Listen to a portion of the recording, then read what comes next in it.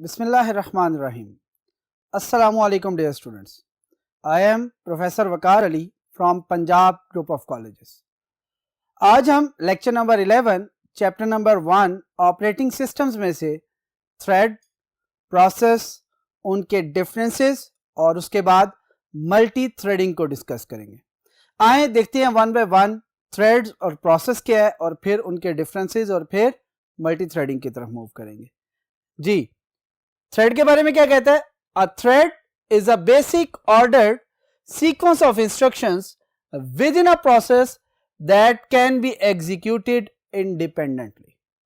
कहता क्या है कि अगर थ्रेड को डिस्कस किया जाए तो कहता है ये basic ordered sequence of instruction होता है जो कि बेसिकली प्रोसेस का एक हिस्सा है जो कोई ना कोई टास्क परफॉर्म करवा रहा होता है। बट मेक श्योर कि वो जो टास्क परफॉर्म करवा रहा है वो एक ऐसा टास्क है जो कि इंडिपेंडेंट है, यानी कि ये डिपेंडेंट नहीं है किसी दूसरे प्रोसेस पे या किसी दूसरे सब प्रोसेस के ऊपर। अब आगे जाएं तो हमें क्या कहता है? Thread is also called light weight process.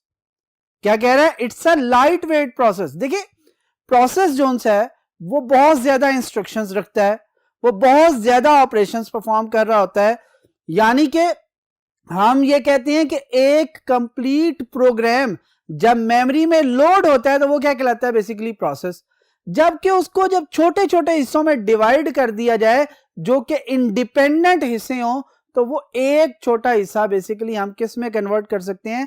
Thread के अंदर। बात क्लियर हुई?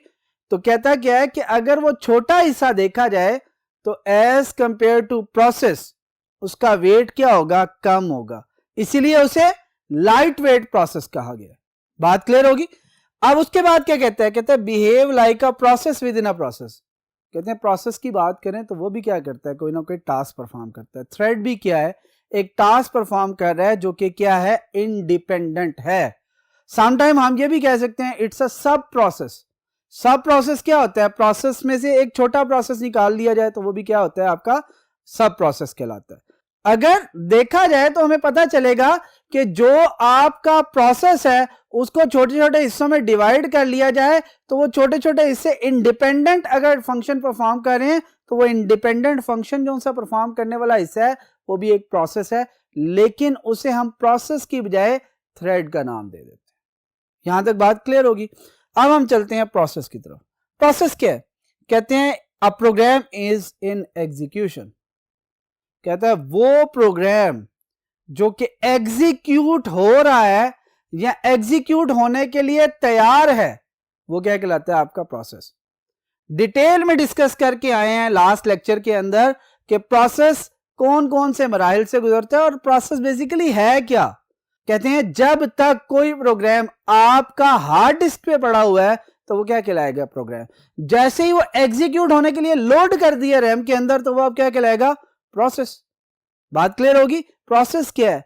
एनी रनिंग प्रोग्राम जो से कह सकते हैं, any program is in execution is known as a process. अब क्या कहता है? May be made up of multiple threads.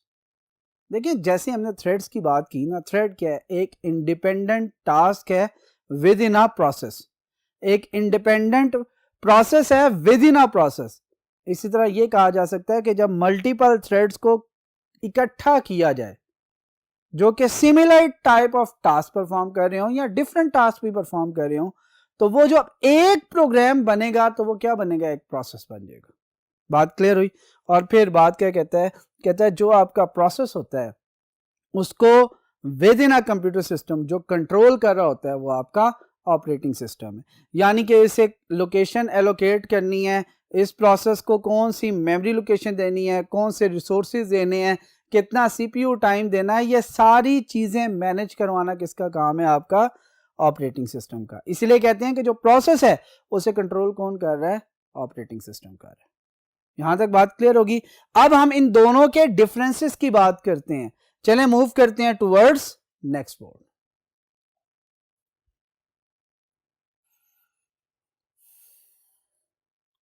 जी बेटा, अब हम बात करते हैं डिफरेंसेस के हवाले से।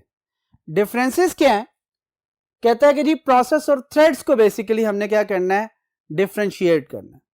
क्या कहता है प्रोसेस के बारे में, क्या कहता है, a program in execution is known as a process, whereas a subset of a process, यानी कि सब प्रोसेस बेसिकली क्या होता है, एक थ्रेड कहलाता है। बात क्लियर होगी। पहला डिफरेंस कहता है एक पूरा प्रोग्राम है तो जब वो एग्जीक्यूट हो रहा होगा तो क्या कहलाएगा, प्रोसेस। लेकिन उस प्रोग्राम का कोई एक हिस्सा अगर एग्जीक्यूट हो रहा है सेपरेटली, इंडिपेंडेंटली, तो वो क्या कहलाएगा, आपका थ्रेड। फिर क्या कहता है, has own copy of the data segment of the parent process. याद रखिएगा जब भी प्रोसेस एग्जीक्यूशन स्टेज में आता है तो हमने क्या कहा था कि ऑपरेटिंग सिस्टम इसे कंट्रोल करता है, मेमोरी इसे एलोकेट कर दी जाती है, रिसोर्सेज इसे एलोकेट कर दिए जाते हैं। अब इसका मतलब क्या है कि पेरेंट प्रोसेस क्या होगा, पेरेंट प्रोसेस का मतलब यहां पे समझिएगा कि पेरेंट प्रोसेस का मतलब है जैसे ही हमने प्रोग्राम को एग्जीक्यूट करने की कमांड दी तो वो पूरा का पूरा प्रोसेस कहां पे आ जाएगा, लोड हो जाएगा आपका रैम के अंदर। जैसे ही वो रैम के अंदर लोड हुआ तो उसे क्या मिला है, कोई ना कोई उसकी एक कॉपी होगी, एक डाटा सेगमेंट होगा कंप्लीट का कंप्लीट, जो कि उसे ऑन कर रहा होगा। बात क्लियर होगी। जबकि दूसरी तरफ क्या कहता है, कहता है has direct access to the data segment of its process, of its process. जरा गौर कीजिएगा, हमने क्या कहा था, एक जो प्रोसेस है उसके अंदर मल्टीपल थ्रेड्स हो सकते हैं, लेकिन याद रखिएगा अभी जो पिछला पॉइंट प्रोसेस के अंदर डिस्कस किया वो ये था कि हर प्रोसेस के लिए मेमोरी सेपरेट रिजर्व होती है, उसके जो डाटा है, उसके जो बाकी चीजें हैं, जितने रिसोर्सेज हैं, वो सेपरेट एक स्पेस के अंदर होती है, ठीक होगी, और प्रोसेस उसी को इस्तेमाल करता है। जबकि थ्रेड कहता है कि थ्रेड अपनी प्रोसेस, क्योंकि थ्रेड मिलकर एक प्रोसेस बनाते हैं तो प्रोसेस के लिए एक स्पेस रिजर्व थी, लिहाजा थ्रेड जो है डायरेक्ट एक्सेस कर सकते हैं अपने प्रोसेस के डाटा को। बात क्लियर होगी। जैसे उसने क्या कहा, has direct access to the data segments of its process, अपने ही प्रोसेस के डाटा सेगमेंट को डायरेक्टली एक्सेस कर सकता है। जबकि यहां पे उसने बात की थी कि जो आपका पेरेंट प्रोसेस होता है वो क्या कर रहा होता है, उसकी कॉपी को एक ऑन कर रहा होता है। फिर क्या कहता है, कहता है change in process does not affect the other process. जब भी मेमोरी के अंदर एक प्रोसेस लोड होता है तो याद रखें वो अपनी मेमोरी स्पेस लेता है, अगर दूसरा कोई लोड हो रहा है तो वो अपनी मेमोरी स्पेस ले रहा होगा। लिहाजा जब भी ये एग्जीक्यूट हो रहे होते हैं तो इनका बेसिक ताल्लुक अपनी मेमोरी स्पेस से होता है, किसी दूसरी मेमोरी स्पेस से नहीं होता। अगर ये अपनी मेमोरी स्पेस को देख रहे हैं, अपनी मेमोरी स्पेस के ऊपर मैनिपुलेशन कर रहे हैं या डिफरेंट ऑपरेशन परफॉर्म कर रहे हैं, तो याद रखिएगा ये किसी दूसरी मेमोरी लोकेशन को चेंज नहीं कर सकते। लिहाजा इसीलिए वो क्या कहता है कि जी अगर प्रोसेस के अंदर कोई चेंज आ जाती है तो दूसरा प्रोसेस इससे अफेक्ट नहीं होता।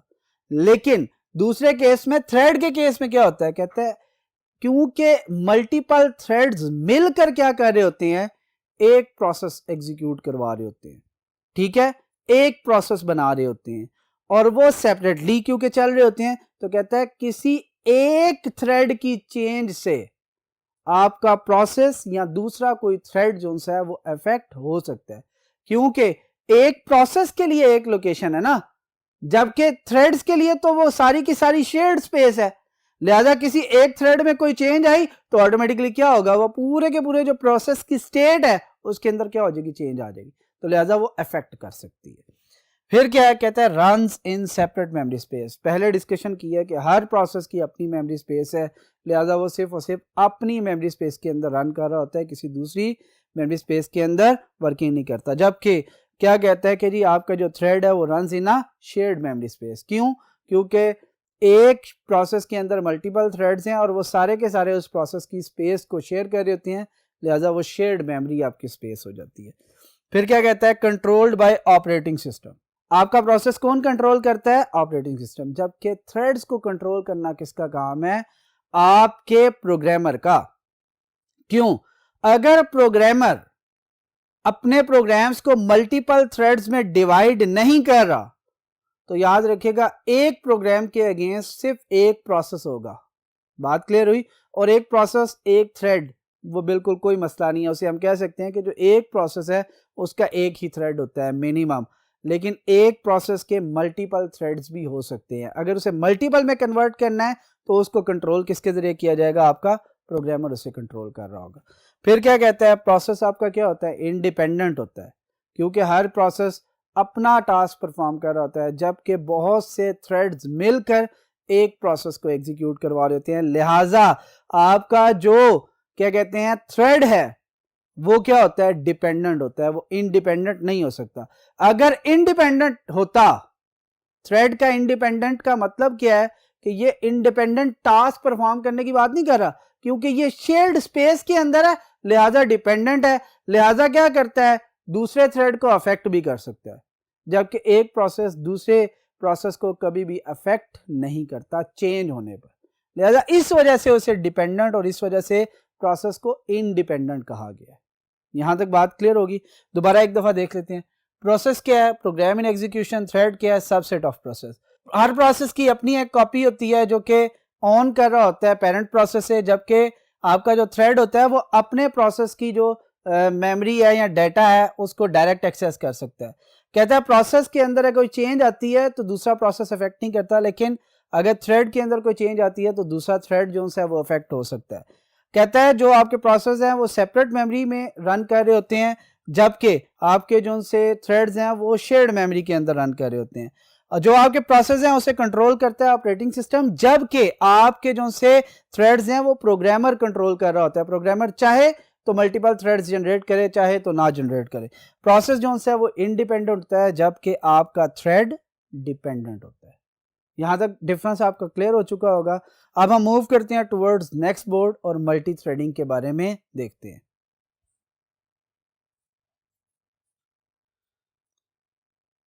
जी बेटा, अब हम बात करेंगे मल्टी थ्रेडिंग के हवाले से। मल्टी थ्रेडिंग क्या है, to execute multiple threads simultaneously. इसका मतलब क्या है कि आपके पास मल्टीपल थ्रेड्स एग्जिस्ट कर रहे हैं और आपने उन्हें एक ही वक्त में, साइमल्टेनियस का मतलब है एट द सेम टाइम क्या करना है, एग्जीक्यूट करवाना। अब जरा यहां पर एक चीज बड़ी कॉमन सी है जो कि जरूरी है, जो कि समझना बहुत इंपॉर्टेंट। कहता है साइमल्टेनियसली तभी एग्जीक्यूट किया जा सकता है जबकि एग्जीक्यूट करने वाले प्रोसेसर्स की तादाद क्या हो, मल्टीपल। यानी कि जितने आपके प्रोसेसर ज्यादा होंगे आपके थ्रेड्स उतने ज्यादा क्या कर सकते हैं, एग्जीक्यूट हो सकते हैं। और ये हमेशा याद रखिएगा, मल्टी थ्रेडिंग पॉसिबल ही तब हुई जब हमारे पास मल्टी प्रोसेसर्स कंप्यूटर सिस्टम आ गए, अदरवाइज मल्टी थ्रेडिंग पॉसिबल नहीं है।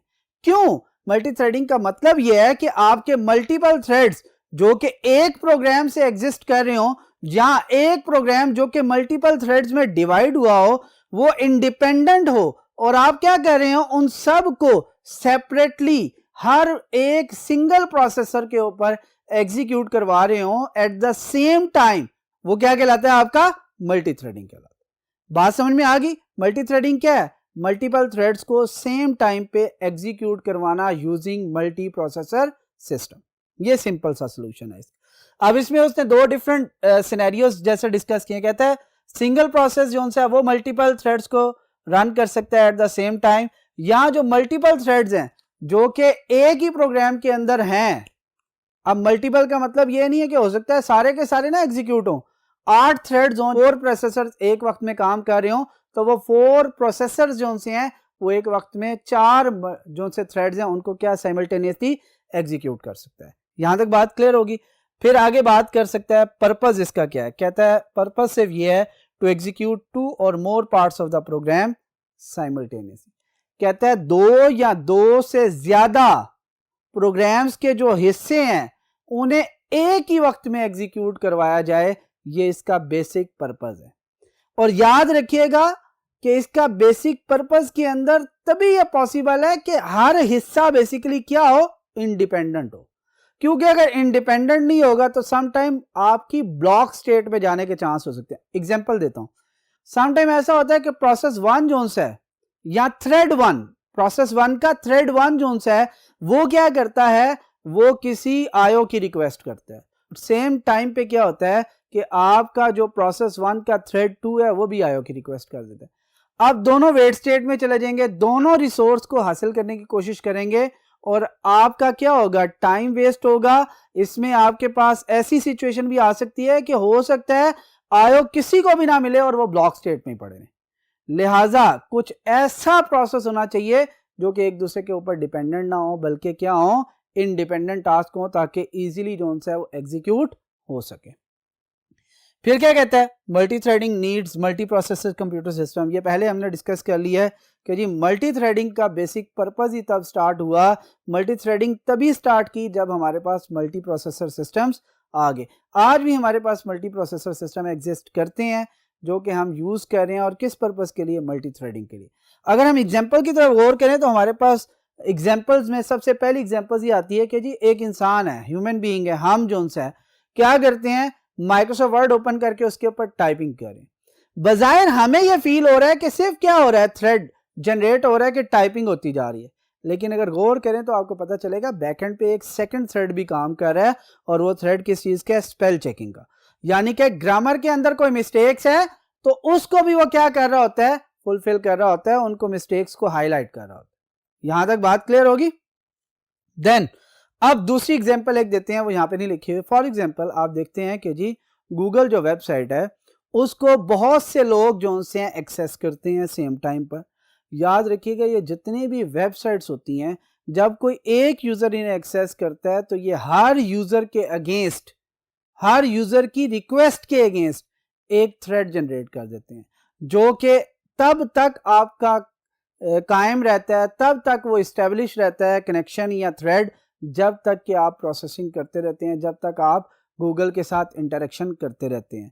और जैसे ही आप एक दफ़ा कनेक्शन को ख़त्म करते हैं तो इसका मतलब है वो थ्रेड भी आपका क्या हो जाता है, ख़त्म हो जाता है, और फिर वही थ्रेड किसी और को मिल जाता है। अगर गूगल पे एक वक्त में 10,000 लोग रिक्वेस्ट सेंड कर रहे हैं, 10,000 जो पीपल हैं, 10,000 जो यूज़र्स हैं, उनको 10,000 थ्रेड्स के ज़रिए क्या कर रहा है, एक्सेस करने की परमिशन दे रहा है।